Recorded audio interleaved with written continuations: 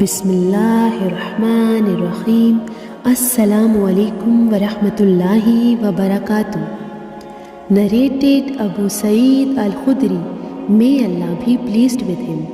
Allah's Apostle said, while I was sleeping, I saw in a dream some people wearing shirts of which some were reaching up to the breasts only, while others were even shorter than that. Umar bin al-Khattab was shown wearing a shirt that he was dragging. The people asked, how did you interpret it, O Allah's Apostle? He, the Prophet, peace be upon him, replied, it is the religion. Jazakallah.